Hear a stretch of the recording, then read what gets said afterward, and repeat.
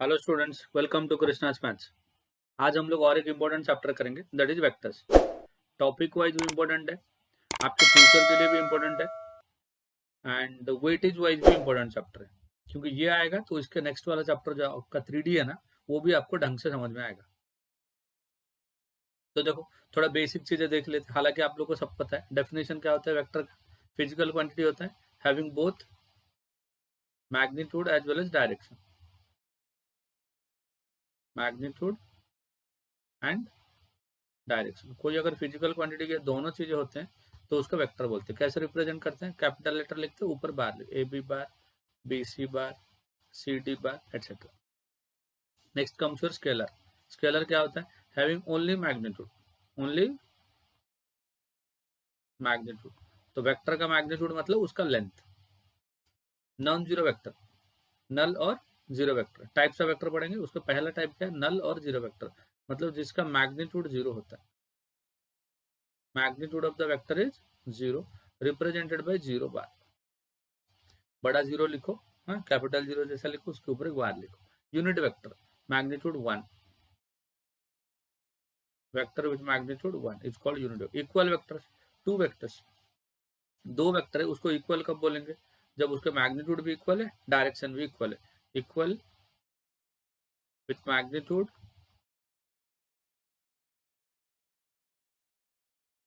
As well as direction, magnitude as well as direction. दो vector है, दो vector के मैग्नीट्यूड भी इक्वल होंगे, डायरेक्शन भी इक्वल होंगे, तो इक्वल वेक्टर बोले। ऑपोजिट वेक्टर मतलब equal magnitude, opposite direction. Equal magnitude but opposite in direction. Magnitude equal होगा, डायरेक्शन ऑपोजिट होगा। कोलिनियर और पैरेलल वेक्टर, ये इंपॉर्टेंट कंसेप्ट है। दो वेक्टर को कोलिनियर कब बोलेंगे? जब एक वेक्टर दूसरे का स्केलर मल्टीपल होगा। जैसे अगर ये ए बी वेक्टर है, स्केलर मल्टीपल कोई एक नंबर रहेगा, लैम्डा, पॉजिटिव नेगेटिव फ्रैक्शन कुछ भी हो सकता है। If A B bar equal to lambda into B C bar, then points A B C are collinear. Points A B and C are collinear. Condition क्या बोलेंगे? If one vector is expressed as a scalar multiple of other, if one vector can be expressed as a scalar multiple of another, then the points are collinear. अगर ऐसा दे दिया, one vector is expressed as a scalar multiple of another vector, तो देखो ये भी scalar multiple है, ये भी स्केलर मल्टीपल है, यहाँ पे पॉइंट्स कोलिनियर होते हैं, यहाँ पे वेक्टर्स क्या होते हैं? Parallel. What the reason? Reason मतलब ये दोनों दो वेक्टर है, इसमें एक पॉइंट कॉमन है। कौन सा पॉइंट कॉमन है? बी वाला पॉइंट कॉमन है। अगर दो वेक्टर में एक कॉमन पॉइंट रहेगा तो पॉइंट्स कोलिनियर होंगे, कॉमन पॉइंट नहीं रहेगा तो क्या होंगे? पैरेलल। कॉमन पॉइंट रहेगा तो कोलिनियर, कॉमन पॉइंट नहीं रहेगा तो क्या होता है? पैरेलल होता है। समझ गया? तो ये हो गया थोड़ा बेसिक वेक्टर्स का, ये दोनों इंपॉर्टेंट है, लिखना ध्यान रखो।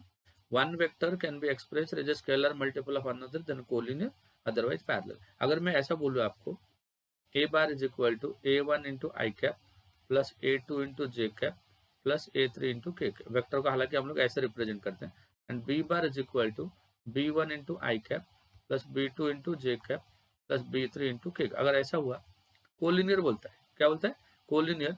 तो वेक्टर दोनों को डिवाइड कर, देखो A B equal to lambda into B C ना, मतलब क्या हो जाएगा? A B divide by B C equal to lambda.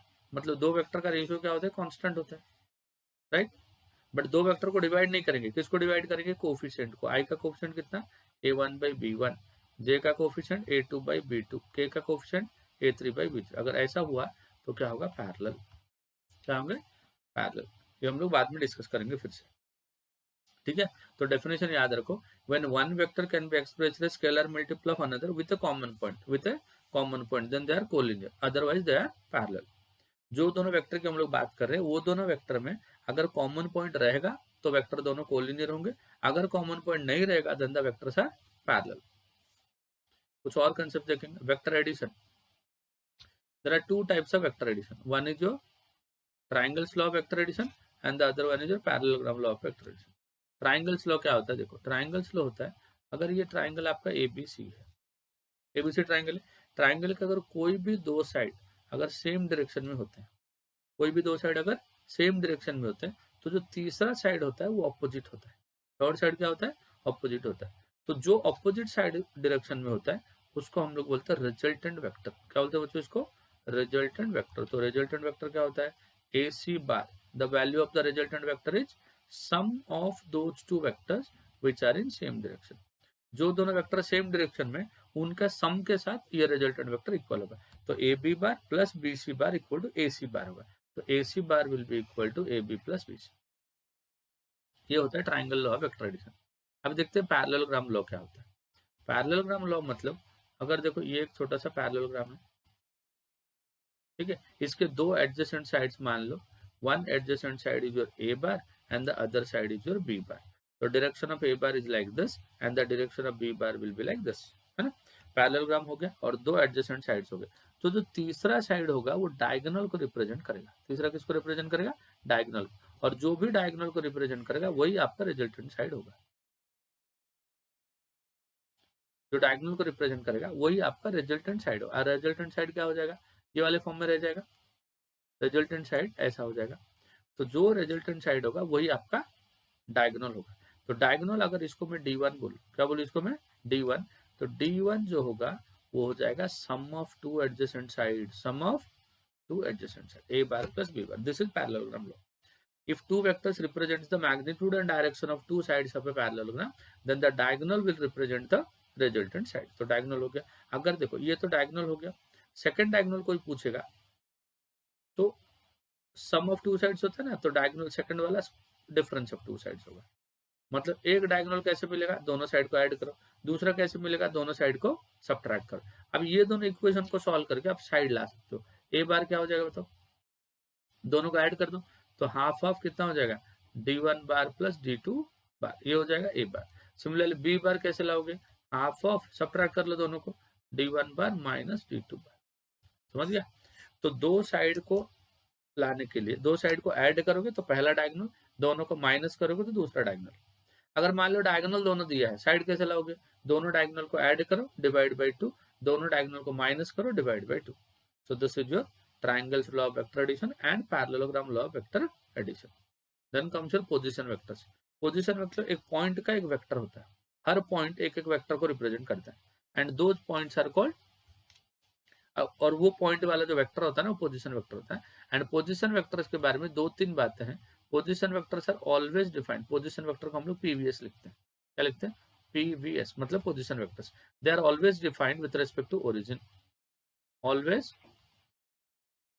Defined with respect to origin. Origin से हमेशा डिफाइन करेंगे, जैसे कि OA bar is equal to A bar. And position vector को हमेशा स्मॉल लेटर से लिखते हैं, ठीक है। वेक्टर को capital letter, OB bar equal to B bar, OC bar equal to C bar etcetera. अगर AB बार होगा, AB बार को क्या लिखेंगे? पहले तो ओरिजिन से डिफाइन करेंगे, इसको लिखेंगे OB bar minus OA bar. But OB bar कितना? B bar minus A bar. Similarly BC bar कितना हो जाएगा? C bar minus B bar, like that. मतलब initial vector minus terminal vector minus initial vector. Then comes your section formula. ये सब आपको आता है बच्चों। सेक्शन फॉर्मूला क्या होता है? देखो, अगर ऐसा दो पॉइंट है,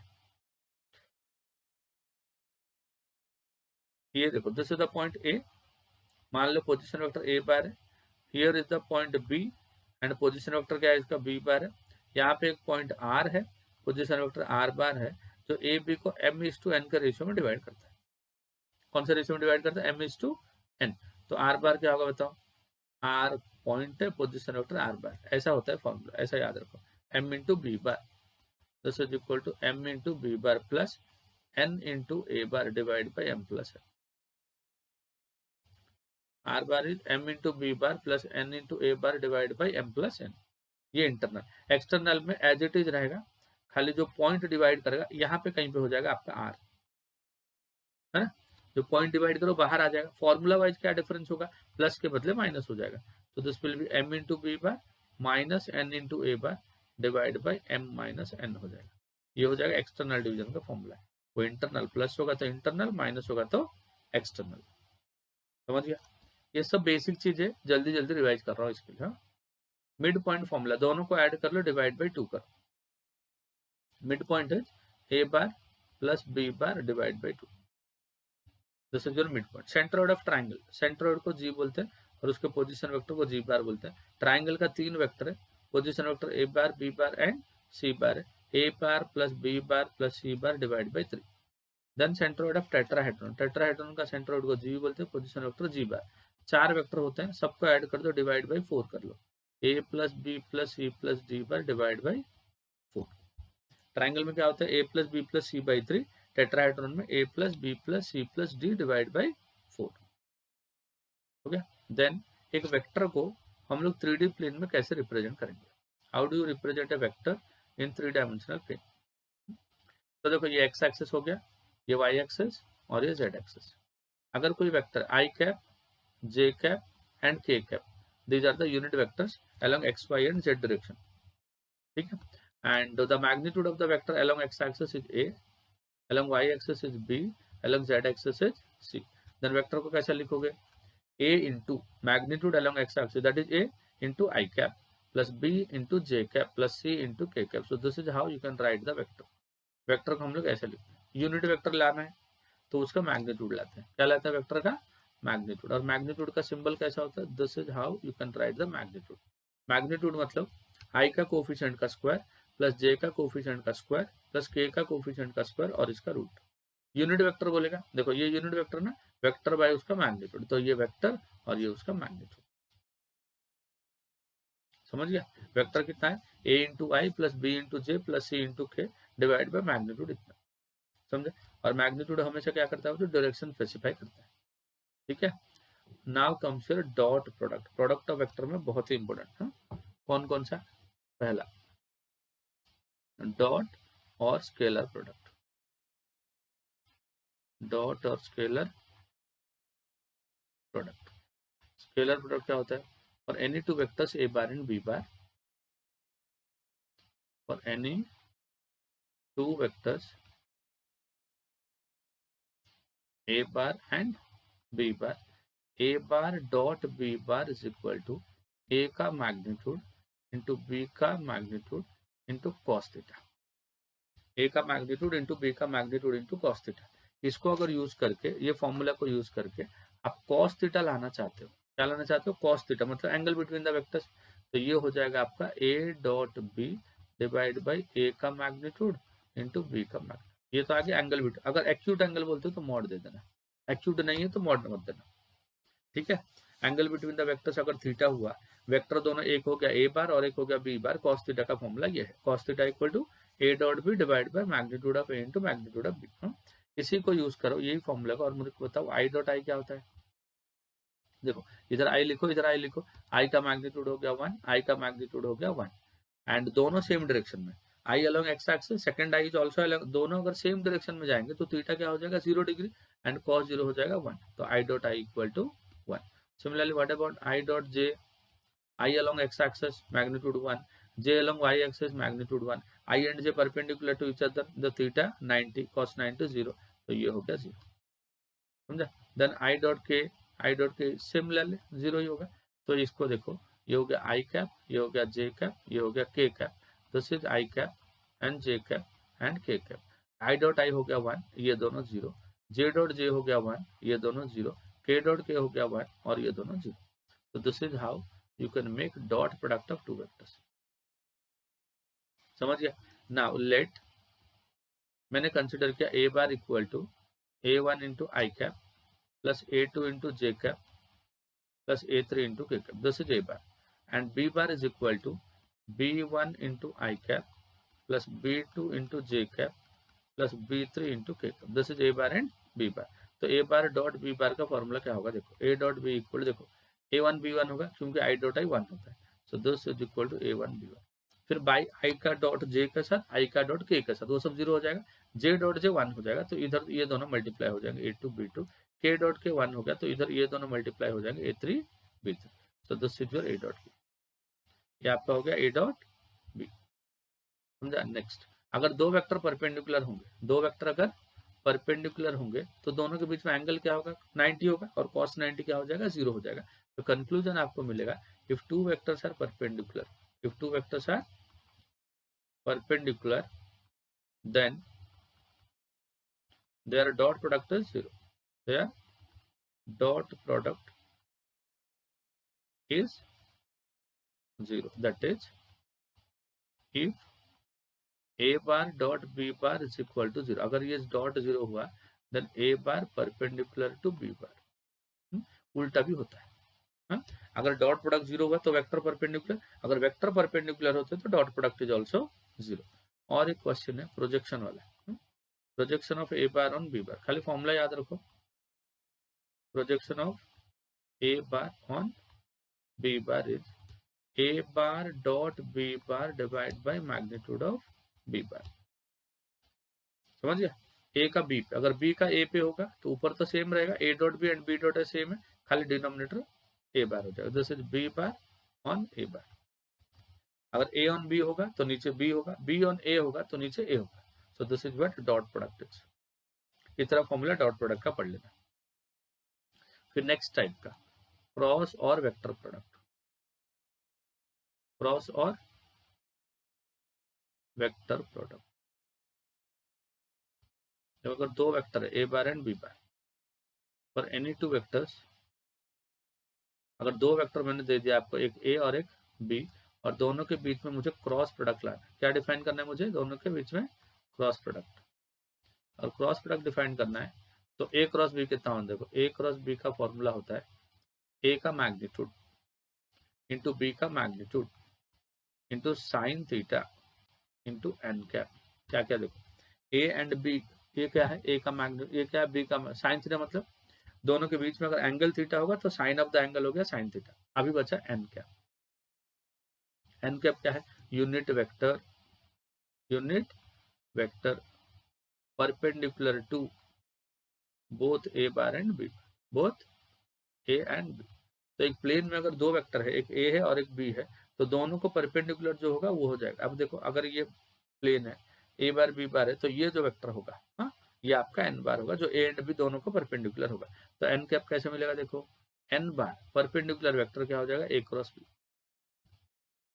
दो वेक्टर आपको दिया, A bar and B bar, perpendicular vector पूछा तो ये है, हाँ, vector perpendicular to both A bar and B bar.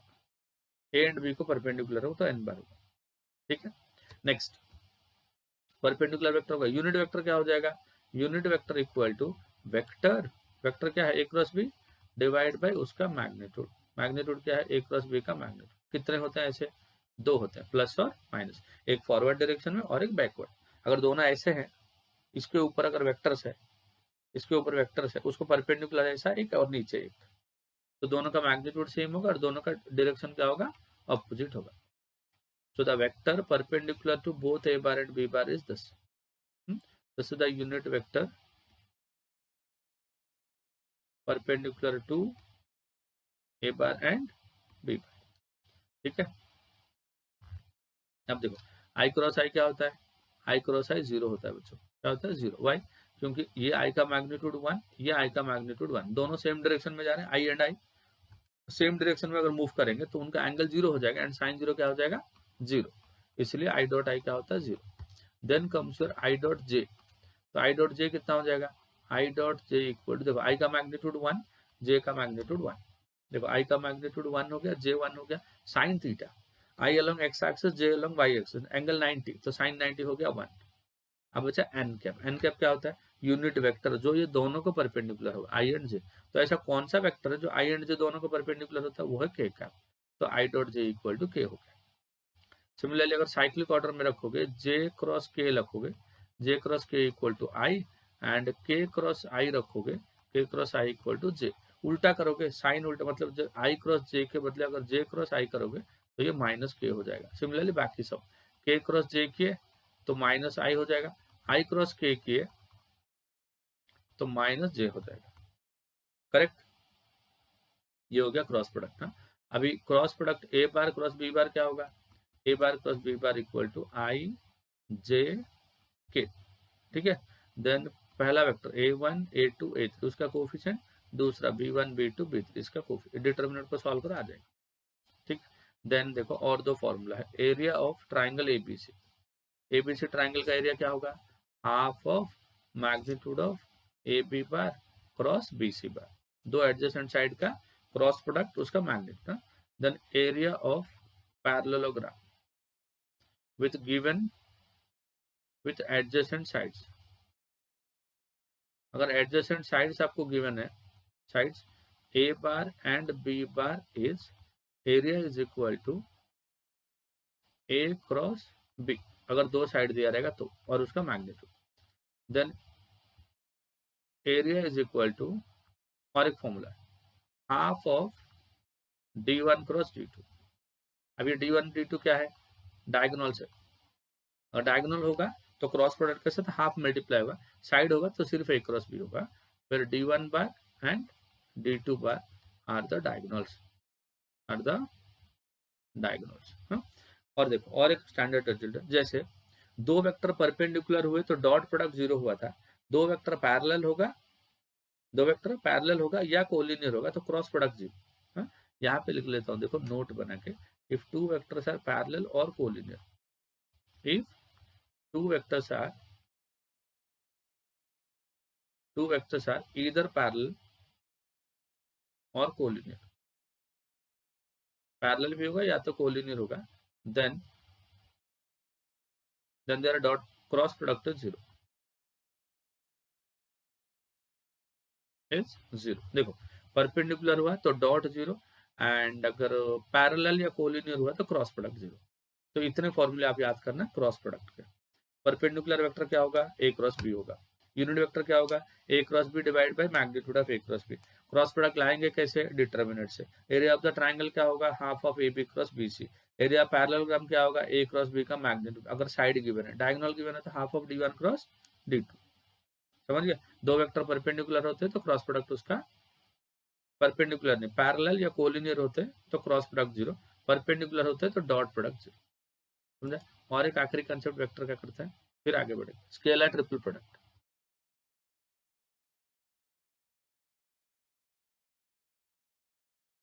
Scalar triple product नाम से मालूम पड़ता है ना, तीन वेक्टर होंगे और उसका जो आंसर है वो स्केलर आता रहेगा। मान लो तीन वेक्टर है, A bar B bar and C बार, तो स्केलर ट्रिपल प्रोडक्ट को कैसे डिफाइन करते हैं, A bar dot B bar cross C bar. Scalar product कैसे डिफाइन होता है, A dot B cross C, और इसको रिप्रेजेंट कैसे करते हैं, रिप्रेजेंट ऐसे करते हैं, A bar B bar C bar, square bracket के अंदर तीनों वेक्टर लिख देना, बीच में गैप दे देना। और इसका वैल्यू कैसे ढूंढते हैं, पहले ए का कोफिशिएंट क्या है, A1 A2 A3, IJK के साथ ऐसा रहेगा, बी का हो जाएगा B1 B2 B3, सी का हो जाएगा C1 C2 C3। ये हो जाएगा scalar triple product. Then properties of scalar triple product, properties of scalar triple product क्या होता है, देखो पहला वाला फर्स्ट प्रॉपर्टी, अगर तीन वेक्टर है उसमें डॉट और क्रॉस का पोजीशन आप कहीं पे भी दे दो, बट अगर वेक्टर को साइक्लिक ऑर्डर पे रखोगे, देखो जैसे नॉर्मली क्या होता है, ए डॉट बी क्रॉस सी होता है, तो ए के बाद डॉट है, अभी अगर मैं बोलूँ बी के बाद में डॉट रखूंगा बट इधर सी क्रॉस ए लिखूंगा, सिमिलरली सी के बाद में डॉट रखूंगा और इधर क्या लिखूंगा, ए क्रॉस बी, तो A dot B cross C होगा या B dot C cross A होगा या C dot A cross B, तीनों केस में आंसर क्या होगा, सेम ही होगा। तो इसको कैसे रिप्रेजेंट करते हैं, ए बी सी, देखो ए से स्टार्ट हुआ बी सी ऐसा जा रहा, बी से स्टार्ट हुआ तो बी सी ए, सी से स्टार्ट होगा तो सी ए बी, समझा, ऐसा हुआ तो आंसर सेम रहेगा। This is the first property. Second property क्या बोलता है, कोई भी स्केलर ट्रिपल प्रोडक्ट में अगर दो वेक्टर का पोजीशन ऑफ इंटरचेंज करोगे, जैसे ए बी सी है ना, इसमें अगर मैंने पहले बी लिखा फिर ए लिखा, सी को एज इट इज रखा, तो कौन कौन इंटरचेंज हो गया, ए एंड बी इंटरचेंज हो गया, तो वो वैल्यू सेम रहेगा, साइन बदल जाएगा, वैल्यू सेम रहेगा, साइन बदल जाएगा। थर्ड प्रॉपर्टी देखो, अगर दो वेक्टर आइडेंटिकल होते हैं, जैसे ए बार बी बार, दो वेक्टर सेम हो गया ए एंड ए, अगर बी सेम होता है जैसे ए बी बी ऐसा, अगर सी सेम होता है जैसे सी ए सी, तो स्केलर ट्रिपल प्रोडक्ट के अंदर कोई भी दो वेक्टर अगर आइडेंटिकल हो गया तो आंसर क्या हो जाएगा, 0। प्रॉपर्टी याद रखो, अगर A B C cyclic order में रहेंगे तो A B C B C A C A B तीनों सेम होगा, दो वेक्टर इंटरचेंज करोगे तो माइनस साइन आएगा, दो वेक्टर सेम हो गए तीन में से तो आंसर 0 हो जाएगा। चौथा देखो, अगर कोई एक वेक्टर को मैंने कोई कांस्टेंट से मल्टीप्लाई किया तो कांस्टेंट को ऐसे ही वो लोग बाहर फेंक देंगे, कांस्टेंट बाहर कूद के आ जाएगा, अंदर हो जाएगा ए बी सी। ठीक है, then comes your fifth property. Fifth property क्या बोलता है, अगर दो वेक्टर का सम करके हमने एक वेक्टर को लिखा, जैसे ए के बदले मैंने लिखा a1 प्लस a2 और बाकी दोनों मैंने सेम रखा b एंड c, तो ये स्प्लिट होके दो का एडिशन बन जाएगा a1 bc and plus a2 bc। ठीक है, एंड सिक्स्थ प्रॉपर्टी क्या बोलता है, if the vectors are coplanar, if the vectors are coplanar, बहुत इंपॉर्टेंट है, इस पे क्वेश्चन आते हैं, coplanar, then scalar triple product is 0, scalar triple product is 0। समझे, अगर तीन वेक्टर कोलिनियर हो गए तो स्केलर ट्रिपल प्रोडक्ट क्या हो गया, 0। Then area of volume, sorry area नहीं, वॉल्यूम ऑफ पैरेललोपाइपेड,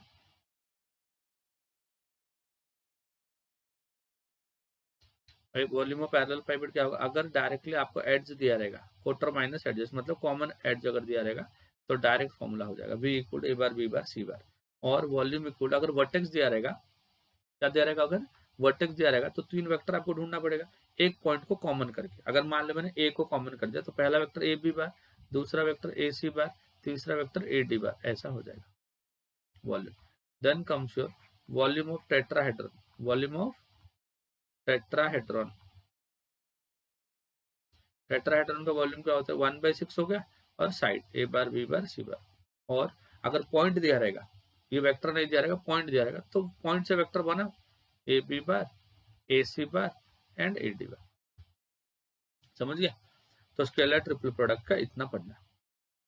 ठीक है, तीन वेक्टर अगर रहेगा तो स्केलर ट्रिपल प्रोडक्ट ऐसा लगता है। इसके अलावा थोड़े और कंसेप्ट है, डायरेक्शन रेशियो एंड कोसाइन के। डायरेक्शन, पहला डायरेक्शन कोसाइंस,